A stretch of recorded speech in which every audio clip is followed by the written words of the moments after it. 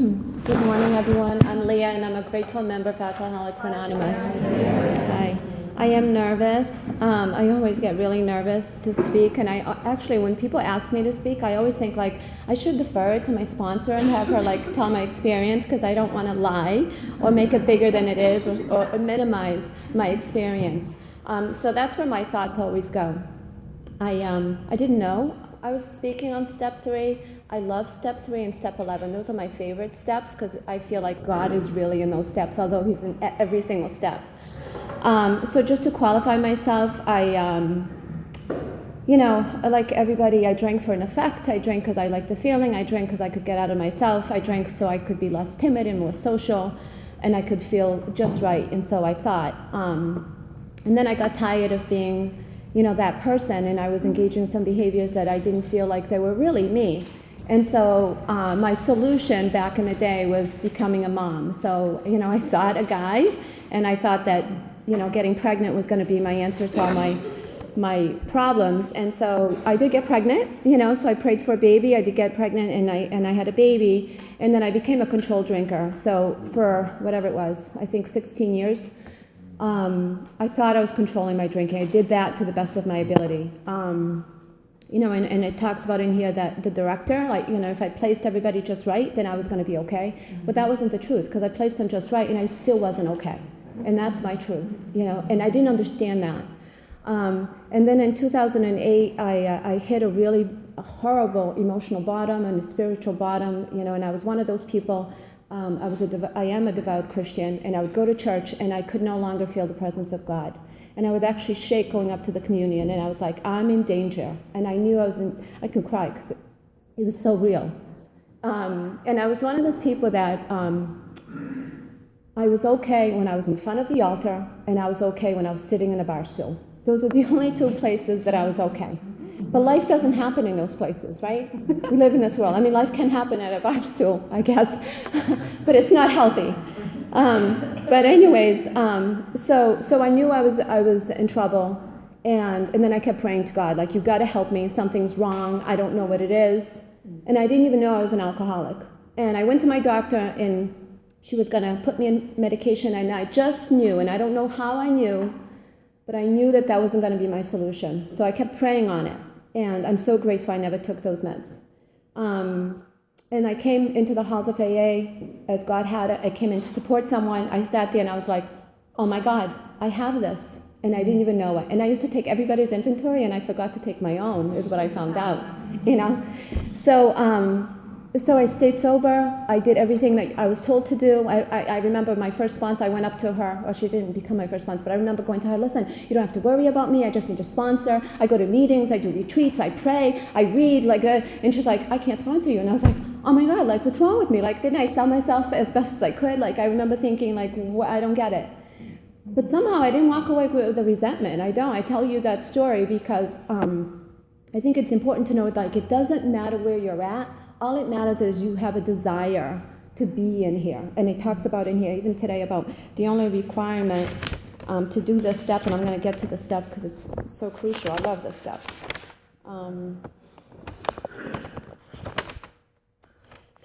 And I love the traditions. So a desire to be in here is a desire to stop drinking, and I lived on that. But a desire to do these steps, the first requirement is that we be convinced that any life run on self-will can hardly be a success. And that's what I was doing. So I was 2.5 years sober. My relationships were not where they should be, I thought. I came in here to get sober, but I came here to connect with people and have the intimate relationships that I wanted. And I remember my sister said to me, you should go back to drinking, you were less miserable. And I knew, being in here long enough, that was really, I couldn't buy into that false statement. And so I heard about, I sat next to a woman at a big book anniversary meeting, and I knew enough to tell my truth and not to pretend anymore. And so I told her my feelings, and she's like, oh, you have untreated alcoholism. I'm like, I don't get that. I go to a meeting every day, I read. And she's like, no, just come. And I came in Bolton. Thursday nights was my first big book sub-study meeting. And it was on sex conduct, right? I hear most people get hooked on that. And I didn't know it at the time, but the woman that spoke became my sponsor. And I love the fact that she shared without shame. And I was like, that's what I want. I don't want to feel shame about my past, and I want to move forward. Because I don't want just information, I want to be transformed. I want the transformation to become the woman that God intended me to be. And so I didn't balk in any step. Whatever she told me to do, I did. I was a good student. I would be calling her like, what's next? And she's like, slow down, Leah, slow down. I'm like, no, I really I want what people have. And I was one of these people. I was actually walking in here this morning, and I was thinking, I was one of these cuckoo people that after the speaker spoke, and we did the Lord's Prayer, and she'd be walking out, I'd be like, wait a minute, now tell me the truth. Does it really work? And she's like, and I would go to many speakers, yeah, it works. No, you can really tell me now. No one's listening. No, it does really work. Because I couldn't believe, how is the solution so easy, and yet most people struggle? I didn't understand that. Today I understand that, because I've been through the process for a little bit. It's ebbs and flows. I am not on a spiritual beam every day like I want to be. But when I am, I'm like, oh. When I'm not, I'm uncomfortable. And I'm like, I know what I need to do to get there. So that's what happened. So I came in, so here's the difference too. I didn't pray, because normally I pray for something, the intentional prayer, I want this. I didn't pray for no, this is the truth.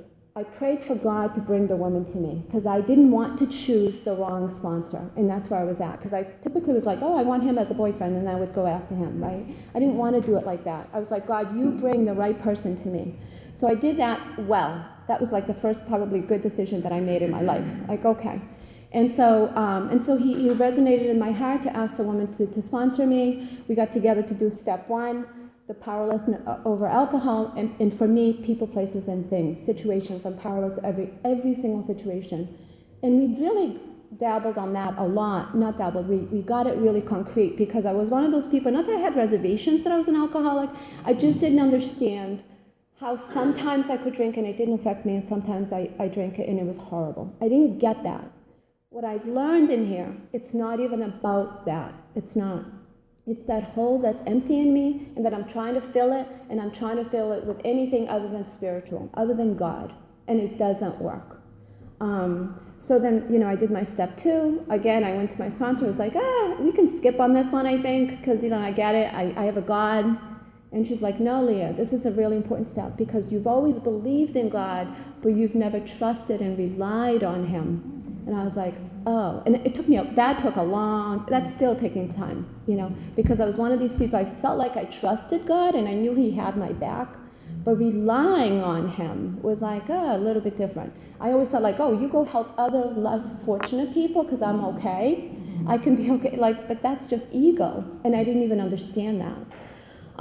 So I got to step 3. So my experience on step 3 was, and when I started Big Book Step Study, I went to tons of Big Book Step Study meetings. I just was oh my God. I could feel the energy in here. I could feel God. I could feel the solution. And I just wanted more of it. And I felt really, for the first time, more comfortable in here than even the traditional AA.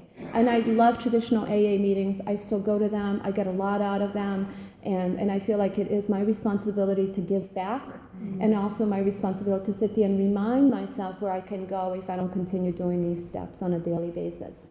And so I had heard in Big Book Step Study that location to do your step 3 was significant, or it could be, and I'm a very sentimental person, so I asked my sponsor to meet me at my favorite chapel in Harvard, not knowing anything about my sponsor, nothing. Can I tell you? I didn't even realize I didn't know anything about her. Only later I found out she wasn't Catholic. And I didn't even think about her opinions or her thought about going into a chapel. I was just hey, this is about me. I was so selfish still, And so she met me at my favorite chapel. And before I actually went there, because I'm also this person, I love giving little gifts to honor the moment. And so I went to a Christian store to buy her something, and I was I couldn't find anything. I was oh my God, there's a huge Morning Star. And I went there, couldn't, the store's huge. I couldn't find anything that would fit the moment. And I'm oh my God, talk about being blocked, right?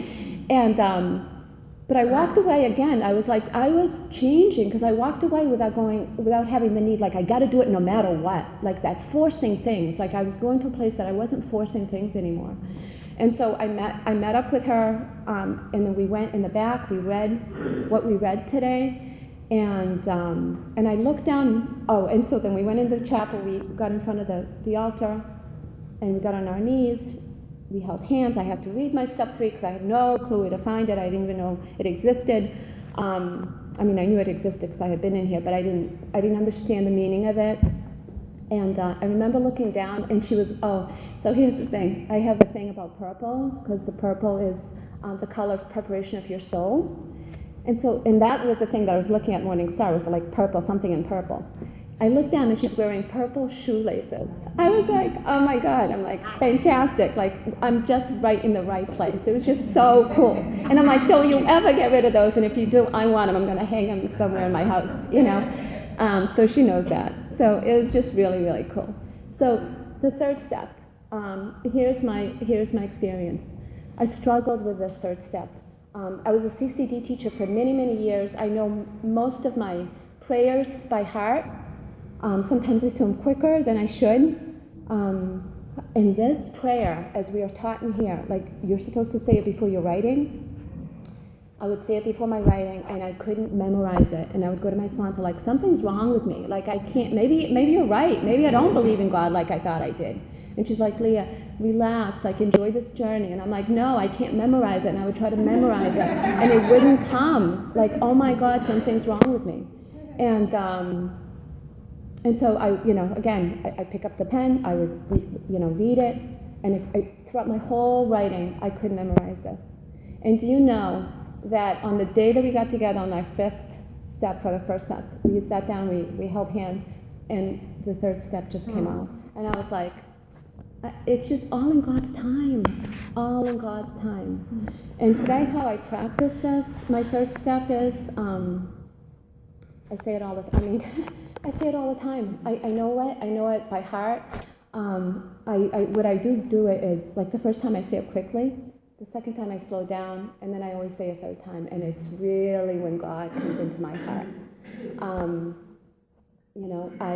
I say it in the morning. I have these meetings at work that I always get on my knees before I walk into the meetings. I use if anyone knows me, the bathroom is like my favorite place, because there's bathrooms everywhere. You can go and pray anywhere without people knowing, And so one of my stories that I'll share is that one of my bottoms and for my 40th birthday party was my husband at the time took me to Las Vegas, and the first night in Las Vegas I actually spent the night in the bathroom in the lobby of this unbelievable, gorgeous hotel, and I slept there that night in this beautiful marbleized, like beautiful bathroom, right? And I remember when I was sober that I was driving to New York City, and I was like, oh my God, I got to stop. I haven't prayed yet. I was like, I'm very conscientious of my prayer. So we pulled over at this gross McDonald's, those McDonald's on they're nasty, right? And sorry. So I go in the bathroom, and the bathroom is nasty. And I remember I was wearing this white skirt, and I was like, what am I going to do? I grabbed toilet paper, I put it on the floor, and I got on my knees. And I was like, this awakening, like, I would rather be in this filthy bathroom on my knees, right, and praying than in that beautiful bathroom in Las Vegas, passed out. And that was like a moment of like, I'm in the right place. And so I utilize, for me that's meaningful, I utilize the bathroom everywhere. I get toilet paper, put it on the floor, I get on my knees and I pray all the time. Because seriously, no matter how I'm evolving, I still have moments that my ego, my selfishness gets in the way of me being compassionate and loving towards you. And I don't want to be the person that walked in here many moons ago. I don't want to go back there. And I know that that's possible at any time. I am not exempt from anything or any horrific act, and that I know. So I meant to time myself, I'm sorry. So I'll just use a few more minutes. So my third step prayer.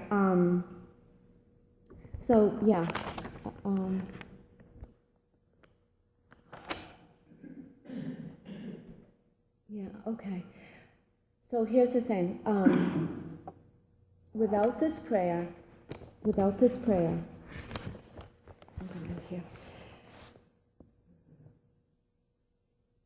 without this prayer, I'm without God. I'm without God. Without God,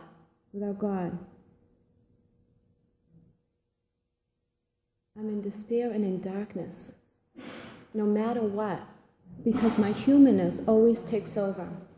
And here, my sponsor had me actually write down, God, I offer myself to thee, why offer myself to thee? To build with me and to do with me as thy will. So give myself to his wish. And then she actually had me write, please, to show gratitude, please relieve me of the bondage of self. Why? Why relieve me of the bondage of self? That I may better do thy will. Please, she asked me, please take away my difficulties. Why? That victory over them may be a witness to those that help of thy power, thy love, and thy way of life. May I please do thy will always. And then she had me write down, thank you, God. And that's where I am today. Today, if things go well, I'm grateful. And when things don't go well, I am graceful.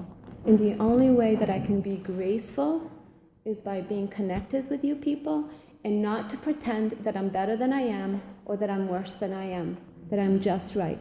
And that's what I've gotten out of doing these steps, is that I'm always in my truth, no matter how ugly it is. And because today I don't have to pretend, I can connect with you and say, no, I'm not feeling well, and this is what I did. Like, I can still do yucky behaviors.